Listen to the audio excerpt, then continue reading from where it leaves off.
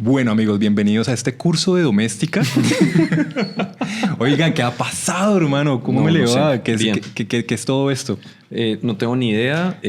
Me está dando bastante susto. Estás espelucadito. Y además que vamos a estar en 4K, así que se nos va a ver hasta la deformación con la que nos dejaron caer de la cuna. La grasa de la empanada que usted comió este fin de semana. El bacalao que destila usted a las 12 de mediodía.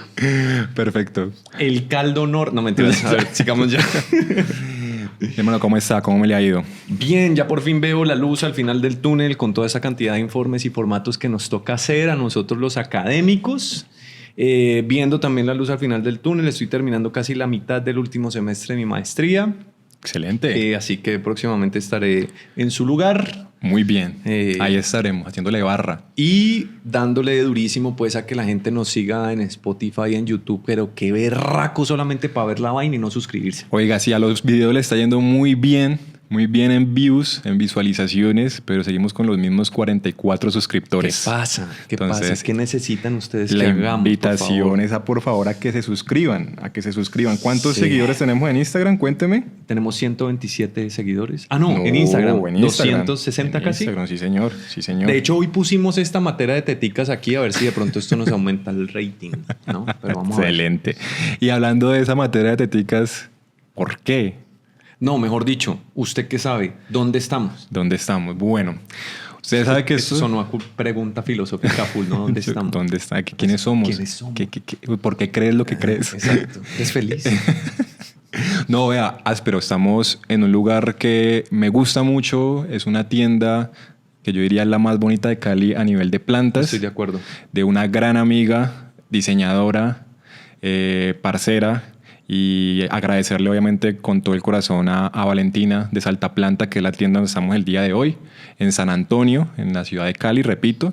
Y pues que nos abre las puertas, así como nos han venido abriendo las puertas los distintos lugares en los que hemos grabado ya. Exacto. Ojo que es Saltaplanta, la planta que salta con L de saltar. ¿Listo? Es importante aclarar eso. No es Santa Planta. Seguidito lo escriben así, Saltaplanta en Instagram y aparece. Hacen el resto de eventos, venden matas si se dan cuenta, ¿no? Creo que es obvio.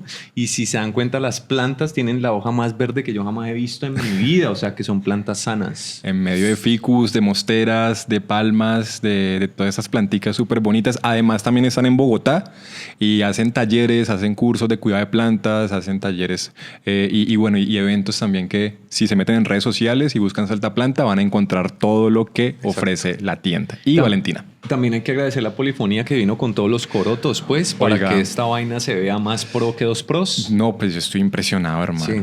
Y bueno, aprendiendo igual, ¿no? Llevamos 1 hora montando el set. 1 hora, pero ¿usted qué tiempo está midiendo el tiempo? Llevamos 2 días, mi rey, acomodando este plano.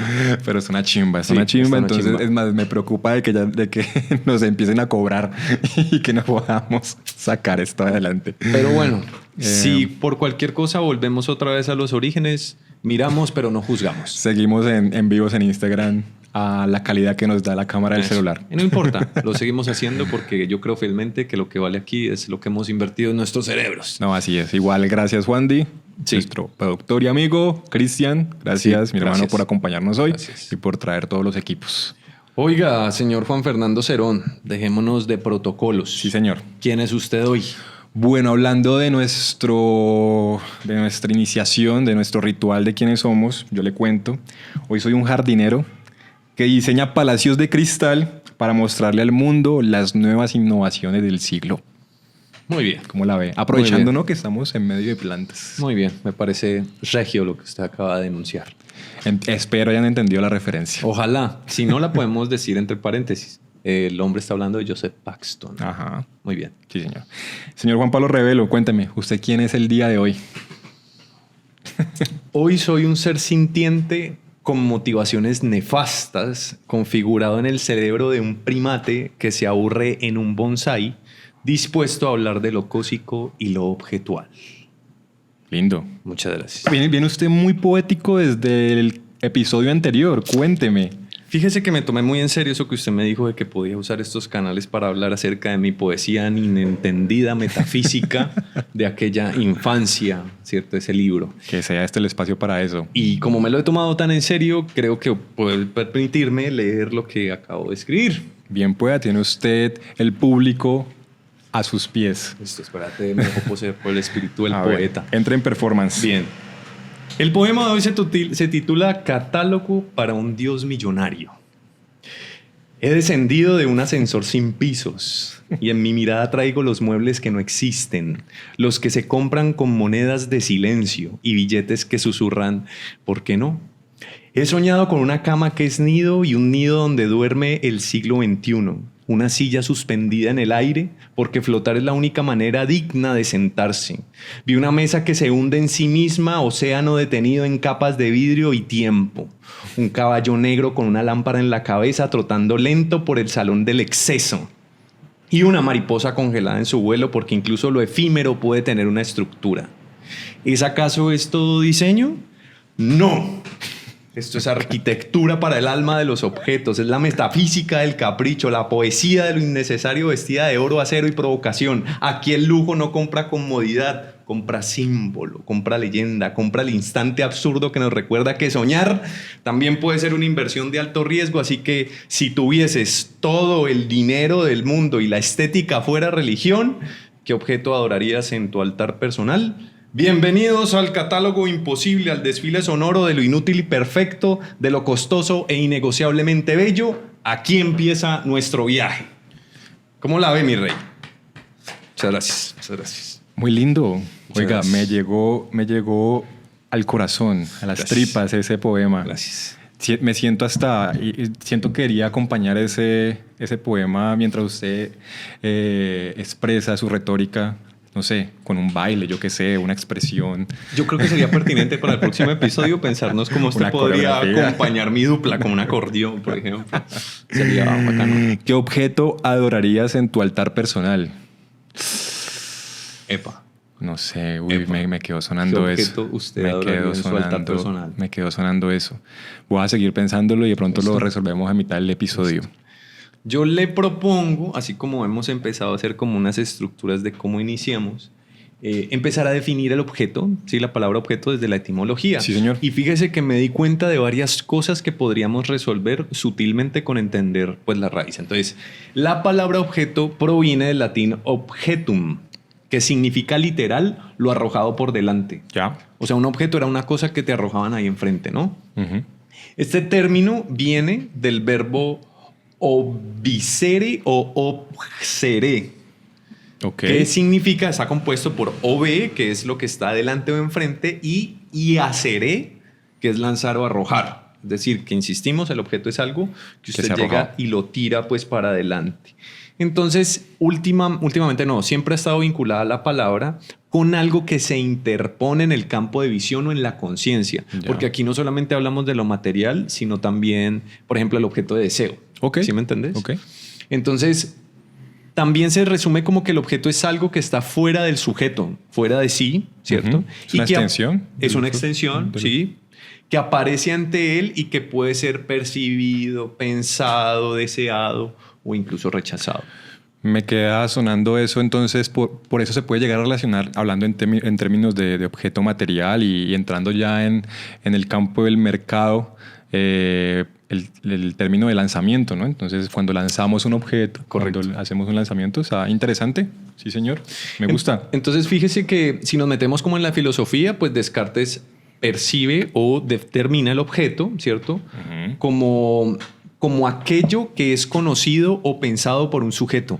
Es decir, que el objeto es el resultado de un pensamiento o una concepción de un sujeto. Sí, señor. Suena redundante lo que estoy diciendo, pero ya vamos a ver cómo concatenamos pues todo esto. Entonces, el objeto no resulta ser solo una cosa, Ya. sino cualquier cosa que puede ser objeto de conocimiento. El objeto no resulta ser una cosa. Cualquier cosa. Cualquier cosa, sino una cosa que Ajá. es objeto del conocimiento. Objeto de conocimiento, ¿sí?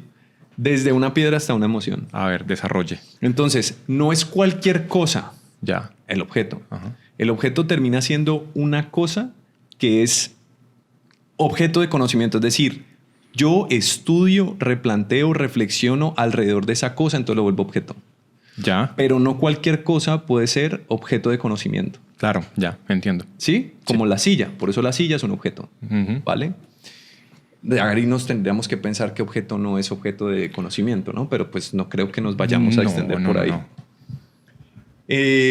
Entonces, ¿cierto? Con el paso del tiempo y el lenguaje común, hemos entendido objeto como sinónimo de cosa material o elemento Ajá. físico. Que ahorita vamos a hablar un poquito acerca de la diferencia entre objeto y cosa, ¿no? Ya. Pero digamos que el origen etimológico, ¿cierto? Volvemos al punto, está relacionado con lo que yo lanzo hacia adelante. Y fíjese que me parece muy interesante que el diseño, que el objeto sea producto de diseño, porque si nos vamos a la etimología también de la palabra diseño, Claro. aparece el designare, ¿no? O la proyección. La proyección, el designio, sí, El señor. designio. Entonces digamos que puede haber una redundancia o puede ser lo obvio que cuando diseñamos, inevitablemente pues vamos a hacer objetos. Sí, señor. Entonces, pero entonces venga, sigamos con lo que usted mencionaba, lo del tema de la cosa. ¿Qué es esa diferencia entre cosa y objeto? ¿A qué denomino cosa? Thing, Ok. en inglés. Thing. Thing. Primero vamos a terminar concluyendo lo del objeto, porque me parece muy, muy preciado como esta frase. Dice, el objeto diseñado es en muchos sentidos una mediación. Ya, sí. O sea, el objeto diseñado, el objeto diseñado, pongamos la silla otra vez, Ujú. es una mediación. ¿Entre quién? Entre el mundo interior de quien lo crea Ajá, de tu creador. y la experiencia externa del usuario. Ujú, claro. Y ahí se vuelve bellísimo. Claro. Porque el objeto vendría siendo la interacción entre quien lo hace y quien lo usa. Así y es. aparece pues el diseño, ¿no? Sí. Ya se van a dar cuenta porque es que estamos hablando tanto de esta vuelta. No me aburra. No, no, usted está poniendo el marco teórico. Muy académico usted.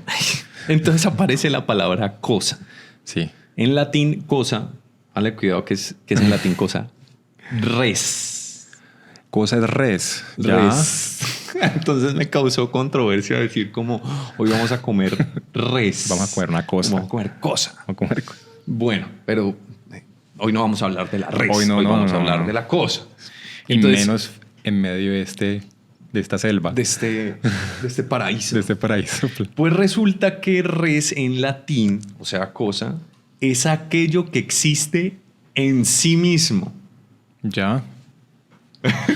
No. O sea, esa... O sea, existe en sí mismo independientemente de si alguien la percibe o no. O sea, una cosa Claro. es cosa, así no la percibas, así no la veas. Ajá. ¿Sí? Hay algo de que sí, claro, si usted no está viendo, si usted no está dándole significado al objeto, entonces, por ejemplo, ¿cómo sé que un árbol existe en medio de la selva si yo no lo estoy percibiendo? Exacto. Ahí estamos hablando de la existencia Ajá. y de objetivizar el árbol. Ajá. Pero no entramos en negación de que el árbol es una cosa. Ya. Así no sea percibida. Claro. Es decir, su existencia está relacionada con los sentidos, pero su existencia cósica o de cosa no se puede negar. Ya. Eso es lo que se define como cosa, ¿no? Ujú. Esto parece a veces un trabalenguas, pero voy a ir suavecito. Entonces, una cosa es la realidad bruta en sí misma. Entonces, la piedra, el árbol, el río Pance es una cosa. Claro. Así no la percibamos. Así no se ¿no? percibe. Todo lo que está a nuestras espaldas es una cosa. Es decir, que son cosas, las cosas son en cuanto a su existencia en sí misma. Exacto. Aparte que no han entrado en mediación en lo que hablamos ahorita en términos del objeto. Correcto. Ya me va entendiendo entonces la diferencia. Sí, señor. Muy bien. En cambio, el objeto existe para un sujeto. Claro. Es decir, que la existencia del objeto se da por la interacción que yo tengo con el mismo. Así es. Entonces podríamos decir que el objeto es siempre parte de una relación entre sujeto y mundo. Es una concepción social. Es una concepción social. Entonces, por ejemplo,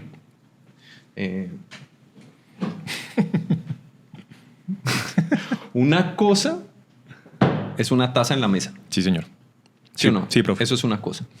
Listo. Pero cuando la uso, la pienso, la nombro o la deseo, Ujú. es un objeto. Pongo en existencia su materialidad frente Claro.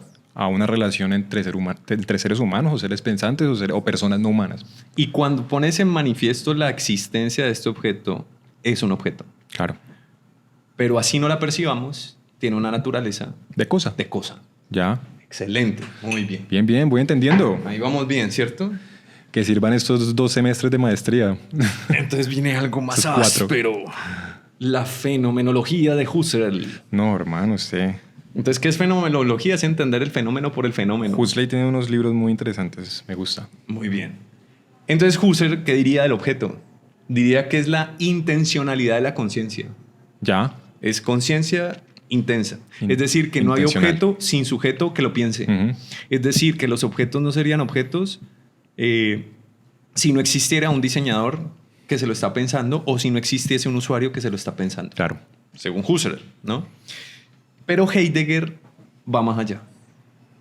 O sea, Heidegger dice que la cosa es más rica que el objeto. Aquí ya estamos jerarquizando como una palabra con la otra. Claro. Porque resulta que la cosa no tiene mundo, no tiene relaciones, ¿cierto? No tiene tiempo. Que eso se acerca mucho a lo que me encanta del Zeitgeist. Ya. En cambio, el objeto es la cosa cosificada. Bang. El objeto es la cosa cosificada. Cosificado también tiene una historia, Claro, ¿no? Esa palabra entremos fue a hablar, inventada en entonces. español porque realmente la raíz de la palabra cósico es en alemán y es Dingast. Ya. Y tuvimos que buscarle un ejemplo a una palabra propicia en español. Entonces, ¿qué es cosificar? O cosificación. Ujú. Creo que la manera más vulgar de referirse a eso es lo que sucede muchas veces con las mujeres. Ajá. Entonces, que se las reduce a un objeto de A un placer. objeto. Entonces, se cosifica. Algo que no... O sea, cosificar es darle características de cósico a algo que no lo tiene. ¿Listo? Es decir... De manera intencional o de manera... como sea. Ya. Pero estás reduciéndolo a una cosa. Ujú. Entonces, volvemos al punto. El objeto es la cosa cosificada. Es decir, que se reduce a una función o a una representación. ¿Listo? Listo. Entonces voy a darles 3 frasecitas simples para cerrar allí con este trabalenguas. Así es. La cosa es. O sea, la cosa es. Es, por esencia, la cosa. Mientras que el objeto aparece. Mientras la cosa Claro. es, el objeto aparece. Aparece, pero no aparece porque sí. No aparece porque sí. Aparece mediado por... Por el sujeto o por la sociedad. Ajá. La cosa existe en el mundo. Ya. La cosa existe en el Me mundo. encanta la cosa. ¿Cómo llama el episodio? La cosa existe. Pero el objeto existe en nuestra mente. Ya, claro. Entonces, la cosa existe afuera, pero el objeto reside en nuestra mente. Claro, no es lo mismo que un animal vea una planta o una piedra a que nosotros veamos una piedra y le demos un significado. Muy bien, muy bien. Y tercero y último, la cosa tiene un ser. Y aquí ojalá tuviéramos amigos filósofos para que nos demos duro. El objeto tiene un sentido. Claro. ¿Cómo la ve? Me parece lindo porque ahí es donde va mi discurso a los estudiantes de diseño que solo se quedan en ser choferes de mouse. Muy bien. Y no, hay que salir de ese Es decir, que se cosifican. que se cosifica. ¡Qué horrible! Que se cosifican, claro. Entonces, no, yo solamente voy a dedicarme al modelado 3D, yo solamente voy a dedicarme a diseñar planos y bueno, y entramos en esa relación de cosificación, pero vean cómo todo está relacionado también en cómo entender nuestra naturalidad, naturalidad no, nuestro contexto, nuestra materialidad y a lo que nos enfrentamos, a lo que interpelamos desde las otredades. Algo Muy así. bien. Listo. Incluso uno podría confrontar mucho a los estudiantes o incluso a los profesores mismos de diseño si lo que realmente están enseñando es a diseñar cosas o a diseñar objetos. Oiga, usted viene hoy crítico del sistema. Pero brutal. Áspero. Además que toca 2 puntos que me parecen interesantes, ¿no? Entonces, creo que ya está clara la duda entre lo Listo. que es objeto y cosa. Lo que me lleva a la pregunta inicial, si yo estuviera viendo este episodio que está bastante trabalangüezudo, Sí, ¿por qué estamos anóteme. hablando de objetos y cosas, Juan? Porque hoy le traí una dinámica A ver. y entendamos la dinámica no desde... Bueno, hoy vamos a estar materialistas, pero no materialistas históricos, dialécticos, sino desde el materialismo, ¿no? Desde que queramos consumir, desde ser parte de este sistema capitalista. Ok, consumista, sí, Consumista. neoliberalista, Neo. canibalesco. Así, tal cual. Perfecto. Me gusta. La pregunta y la premisa para este episodio que nos veníamos pensando era si usted hoy deja de criticar al sistema y lo contrata una gran empresa y le da todo el dinero que usted no se puede imaginar, ese poco de ceros que usted no alcanza a imaginarse, tendré en esa cuenta, sin necesidad de estar pensando en los impuestos que le va a tocar pagar, muchísimo dinero. ¿Qué sería lo más banal? ¿Qué sería ese objeto banal? Tanto así que usted tenga que algo que no tenga sentido para usted, comprarse. ¿Cuál sería ese objeto que usted traería a su casa y lo pondría en la mitad de la sala y diga, con este dinero me compraré todo eso? Mientras usted hablaba y mientras pienso la respuesta, le tengo un chiste. Claro. Podemos colocar aquí los aplausos. Que estaban las plantas medicinales peleando y ganó la ruda. Ya que estamos hablando de chistes de planta, yo le tengo otro. A ver. ¿Cuál es la planta que más corre? ¿Cuál? La planta del pie. No, para funar, güey. Somos los extraterrestres, los que dicen, incluso lo de la planta del pie tengo otro, ¿no? ¿Cuál es la planta que más huele feo? Planta del pie. Bueno, sigamos. Entonces, fíjese, a ver, es que empiezo yo en contradicciones, ¿cierto? Porque si tuviera toda la plata del mundo, pues, ¿qué haría? Creo que me la pasaría comiendo. Pero como vamos a hablar de objetos, fruto de diseño, yo me puse en la tarea de pensarme qué objetos fruto del diseño tienen elementos exacerbados y que no tienen una relación directa con nuestro pensamiento reduccionista, ¿no? Eso.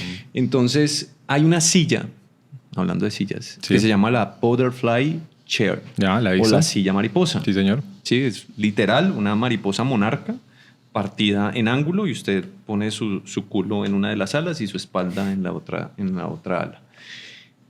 Fíjese que el precio original de esta berraca silla oscila entre los $3,000 y los $10,000. Una locura. O sea, poner su sentadero, si hablamos de $3,000, ya estamos hablando casi de 13, 14 millones de pesos. Sí, señor. Imagínese pues la rareza. Fue muy, ¿cómo decirlo? Muy usada por la tendencia boho chic en los años 50, sobre todo en París, y digamos que empezó todo esto a mutar a tal punto de que es uno de los objetos que existe dentro del MoMA. O sea, es un objeto que entra dentro de obra de arte dentro del MoMA de Nueva York y tienen una pieza exhibida pues en una categoría que se llama arte funcional, que eso también lo podríamos estar hablando en algún momento. Qué curioso que todos estos objetos que entran al MoMA están también relacionados al diseño emocional, ¿no? A cómo actúan sobre o cómo inciden sobre nuestras emociones a la hora de consumir o a la hora de comprarlos. Y hay un objeto que me parece muy curioso que también hace parte de esos objetos artísticos del MoMA, que son estos Salero Pimentero, el abrazo de Camila, que es de un diseñador bogotano, y ya hace parte es casi que de una obra, una pieza de arte pues, o de decoración para el hogar, más allá de un salero pimentero. Incluso también está el método de café que se llama Chemex. Entonces haga de cuenta como un anillo, un reloj de arena, y en el centro tiene como dos elementos de madera con una cuerdita de cuero. Entonces, ¿usted sabe por qué tiene el elemento de madera ahí en la mitad? No tengo ni idea. Para que no te quemex. No, mentira. Entonces, es otro de los objetos. Perdón, es el episodio. Es otro de los objetos. Es otro de los objetos que está en el MoMA. Pero mira, lo curioso de esta silla, que es lo que me parece rarísimo, es que la silla nunca fue pensada para interiores, sino que se pensó como una silla plegable, anticipándose pues a la tendencia de mobiliario nómada que existe, más que todo a una tendencia de diseño que se llama outdoor chic. Es decir, que hasta para usted salir a la calle puede ser luxury. Claro. ¿No? Entonces es una de esas sillas que yo diría, meto acciones ahí. Usted trajo sillas y bueno, yo traje una silla. Eso le iba a preguntar, ¿usted cuál tiene? Yo tengo una silla, pero esta silla me va a tocar intervenirla, mediarla. A ver. Porque es una silla que está pensada para otro contexto, pero yo necesito que esa silla que está pensada para ese contexto responda a lo que yo puedo hacer con esa silla con todo el dinero que tengo. Y esto se puso más interesante. Y entonces, claro, es la silla monoblock pero la Ya. necesito enchapada en oro. Monoblock Rimax, ¿no?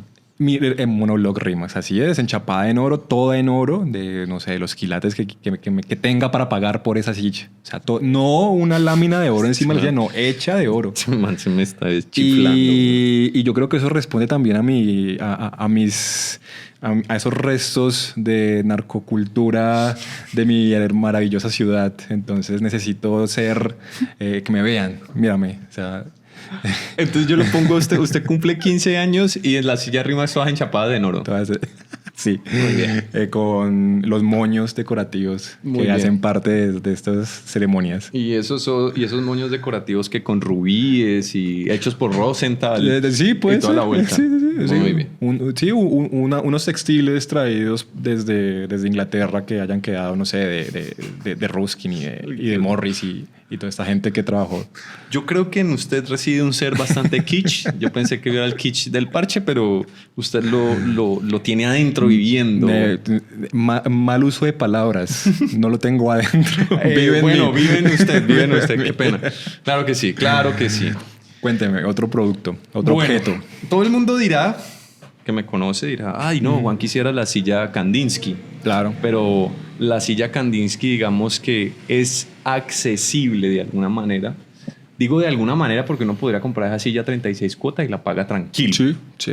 Vale, entonces yo la saqué ¿La ha cotizado del usted? mercado. Claramente está en 2,5 millones de pesos, pero si la compro en NOL, pues ahí sí se me va esta vida y la otra. Pero no es una silla que yo compraría teniendo toda la plata del mundo. Más bien, le voy a mostrar la exageración del reduccionismo en su máximo esplendor. Ya. Y resulta que la silla Barcelona existe una edición plegable. La silla Barcelona, la silla Barcelona, Van der Rohe. Van der Rohe. Silla Ok. Barcelona Plegable. plegable.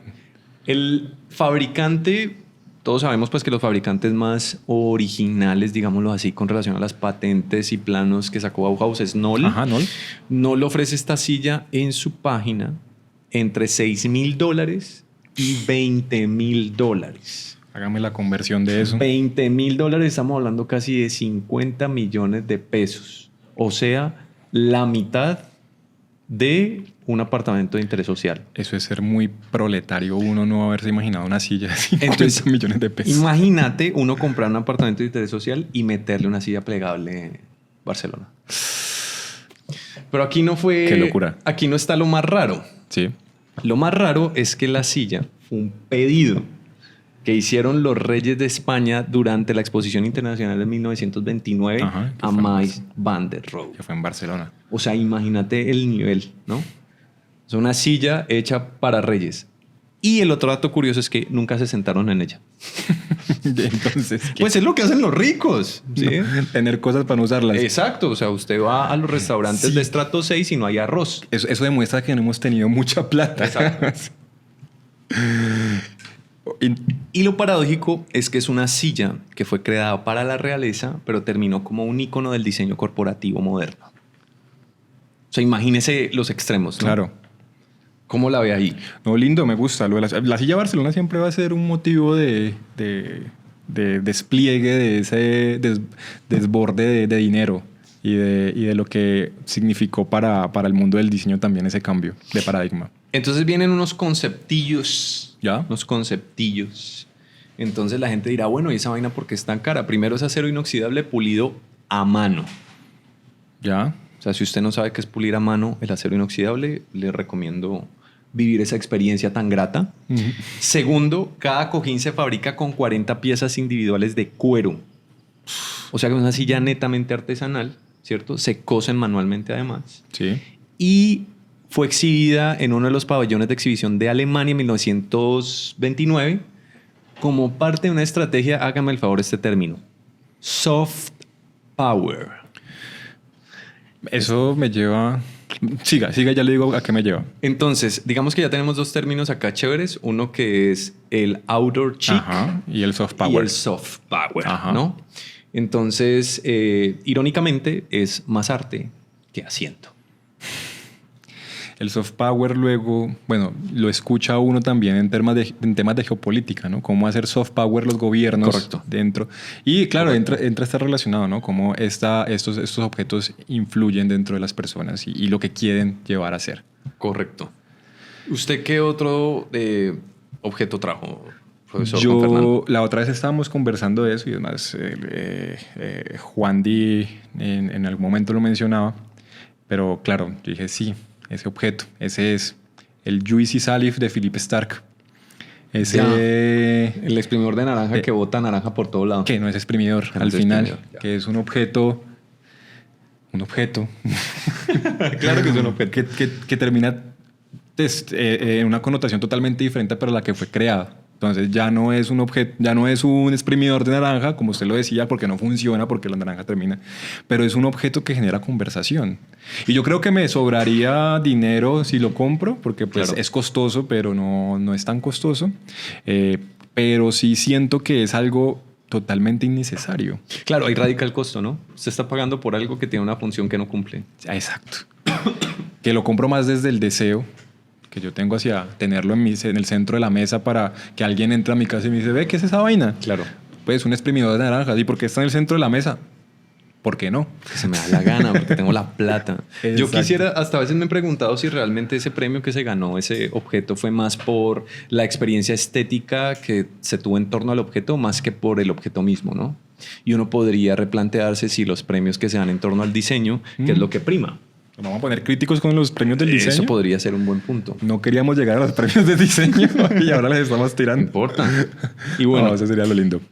Vamos de menor a mayor. Entonces ya dijimos $20,000. Bueno, le voy a traer un diván. ¿Ya? Sí, diván, un asiento larguito. Sí, sí. Se llama Lockheed Lounge, hecho por Mark Newson. Sí. Le voy a decir cuánto vale, porque fue un precio que le dio subastado porque solamente hay 15 unidades escritas, o sea, uno de 15, dos de 15, tal. 3.7 millones de dólares. Una locura por un diván. La razón más importante, ¿cierto?, es que Madonna lo usó en su video de Rain. Y eso lo catapultó pues en el mundo del diseño coleccionable. Claro, ¿no? Es como la hoja que pisó Shakira en Barranquilla y la terminaron vendiendo por $1 millón. Tal cual, pero obviamente es Madonna, ¿no? Sí.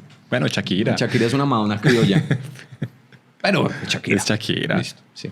Entonces digamos que es un objeto que se vuelve arte por una celebridad que se considera a sí misma artista, ¿no? Claro, por un reconocimiento, sí, exacto. Lo que me parece cagada es los materiales con los que está hecho. Entonces, estamos hablando de que tiene un núcleo de fibra de vidrio. O sea, la fibra de vidrio, un material demasiado cheap. Claro. Barato, pues. Tiene placas de aluminio martilladas encima. Ahí ya estamos hablando de un costo, pues. Hay un aluminio y está martillado, remachado a mano, además. Y digamos que tiene una estética que evoca los aviones militares Lockheed, y de ahí es donde viene pues su nombre. Entonces hagan de cuenta que es como una especie de pan de bono alargado. ¿Ya? Como con las láminas así remachadas y golpeadas. Creo que lo he visto. Lo más divertido es que el diseño fue rechazado en los años 80 por las tiendas de diseño. Los por puristas. ser, ponle cuidado al argumento, por ser demasiado experimental y demasiado inútil. Ok. Ahorita esa inutilidad vale 3.7 millones de dólares en tu cara. ¿Sí?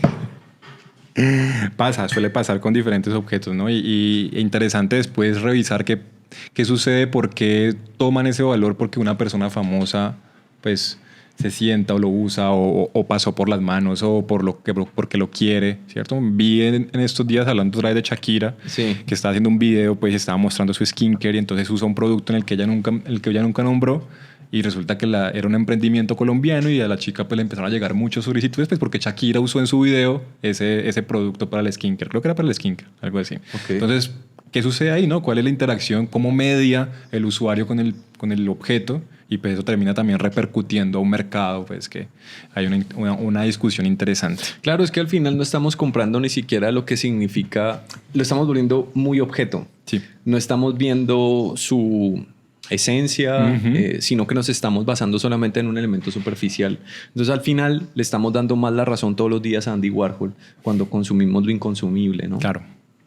Bien. Traigo mi último objeto. Hágale. Y este es maravilloso porque hace parte de esa transformación tecnológica que estamos viviendo. Yo acabo de ver hace una semana una moto en forma de caballo en la cual se puede uno montar y irse para la montaña y atravesar esos terrenos. La sacó Kawasaki. Ahora en este momento está a nivel de concepto. Se llama Corleo de Kawasaki.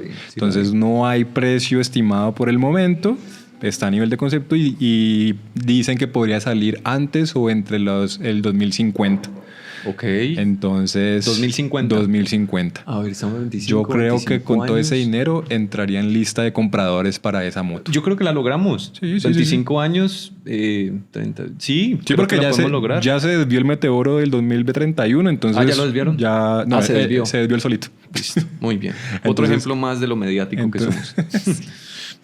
Oiga, sí, ese tema de lo mediático, por ejemplo, ayer también estaba viendo lo de la especulación con la bolsa y con las acciones y entonces alguien tuiteó que Trump iba a detener los aranceles y entonces la bolsa de los valores que ayer estuvo en caída, arrancó en caída obviamente pues por todo lo que venía pasando, subió un momentico por ese único tuit y nadie se puso a preguntar, bueno, es verdad, entonces un periodista hizo la tarea, fue a la Casa Blanca, venga, ¿cómo así que van a detener los aranceles? La Casa Blanca dijo, obviamente no. Y la bolsa de valores otra vez para abajo. Entonces, ¿cómo terminamos llegando a ser casi que especulativos y jugando con lo mediático? Y eso también cómo termina influyendo la economía y, bueno, y cosas que podemos seguir ahondando. Le doy el término técnico de eso, se llama efecto Pygmalion. ¿Ya? Cuando uno puede lanzar una consigna que puede ser verdadera o mentira y toda un cúmulo de personas reaccionan ante esa medida. Entonces, por ejemplo, nosotros podemos decir que X banco va a quebrar, saquen su dinero y si tenemos un nivel de credibilidad alto, pues la gente va a sacar su dinero a tal punto que efectivamente va a quebrar el banco, ¿no? Sí. Ese efecto es interesante. Me acuerda de lo de pandemia que se nos estaban Correcto. metiendo a los apartamentos. Tal cual. Me acuerda de que se estaba acabando el papel higiénico. O sea, ahí yo me di cuenta que para la humanidad es más importante con qué se va a limpiar el culo que en vez de ir a comprar comida. Pero eso me parece interesante, ¿no? Darle tanta relevancia a tener el culo limpio. Sobre todo porque a veces nos dicen culicagados. Entonces, bueno, eso tiene una connotación ahí de inconsciente. Tengo el último ¿Listo? objeto y después nos ponemos aquí densos a criticar el sistema. Este no es tan costoso, pero sí me parece demasiado para la única función que desempeña. Esta es la mesa piscina hecha por Duffy London. ¿Ya? Entonces, la mesa piscina puede oscilar el precio entre $25,000 y $40,000. ¿Ya? O sea, ya estamos hablando de un apartamento de interés social, lo que vale una mesa. ¿Listo? Se tarda entre 16 y 24 semanas en hacer a mano. ¿Ya? Nada de resina, papi. Esto es capa de vidrio de más o menos 1 centímetro, 2 centímetros de espesor, como si fuera un plano topográfico. Y en la medida en que usted pone capa sobre capa de vidrio, pues se ve más oscuro abajo y más claro arriba. Y parece que usted estuviera condensando parte del océano en una superficie de piedra, ¿no? Claramente, el primer comprador fue un millonario islandés, ¿cierto? Y lo instaló en una cabaña de pesca sin electricidad. Entonces imagínense, ¿no? No tengo electricidad, pero tengo una mesa que vale 200 millones de pesos. Muy bien. Y el islandés compró y adquirió la mesa como ofrenda estética al agua. Qué carajo. Sí. Muy bien, ¿no? No hay dos mesas iguales, claramente, O sea, porque es la todo única. se hace Ya, a mano. es artesanal. Es artesanal. Cada pieza se calcula con algoritmos topográficos, o sea, también tiene una connotación matemática ahí la vuelta para simular la profundidad marina. Qué loco. ¿Cierto? Y en algunas ediciones especiales de algún riquillo esotérico y extrovertido y excéntrico, se tiñen algunos elementos de verde y de azul, ¿no? Entonces Ya. pueden buscarla, la mesa piscina de Duffy London. Interesante, lindo. Casi que muy relacionado con mi silla Rimax enchapada en oro. Exacto, o sea, ¿para qué tener una mesa de 250 millones? No tengo de ni pesos? idea. Pero bueno. Oiga, y entonces, ¿Qué pasa con ese diseño banal? ¿En realidad termina siendo como una evolución cultural o en realidad es la decadencia casi que del diseño? ¿O es una representación casi que fiel de lo que somos? De hecho, yo me he cuestionado muchas cosas porque así, por más que usted se piense el objeto desde la reducción, desde el mínimo, como pasó con Bauhaus, de coger un material barato como el acero, un material barato como el cuero, organizar una silla y terminar esa silla costando 10 millones de pesos cuando en su momento no costaba ni 20 ni 50 mil pesos, ¿no? Entonces, volvemos otra vez a lo que significa el objeto. Claro. ¿Y quién le da valor al objeto si no es el mismo sujeto y la interacción social que hay en torno pues, al sujeto, al objeto, ¿no? Así es. Entonces, digamos que la banalidad reside en ciertas esferas. Pero aquí lo divertido es que el objeto nace en un elemento popular, se enaltece en una especie de Valhalla burgués. Sí.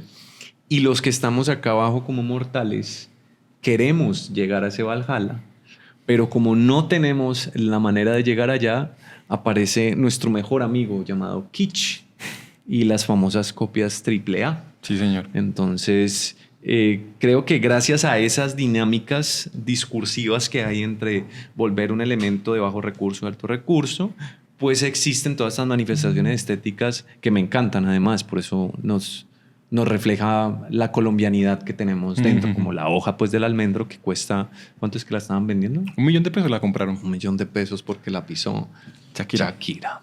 Muy bien. Sí, vea, a mí me parece muy interesante eso y el tema es que ahora con lo que hemos venido también discutiendo en episodios anteriores del consumo pues fast y entonces que estamos viendo en nuestras redes y que consumimos a nivel digital, surge este concepto que es la palabra del año según Oxford, que es el brain rot.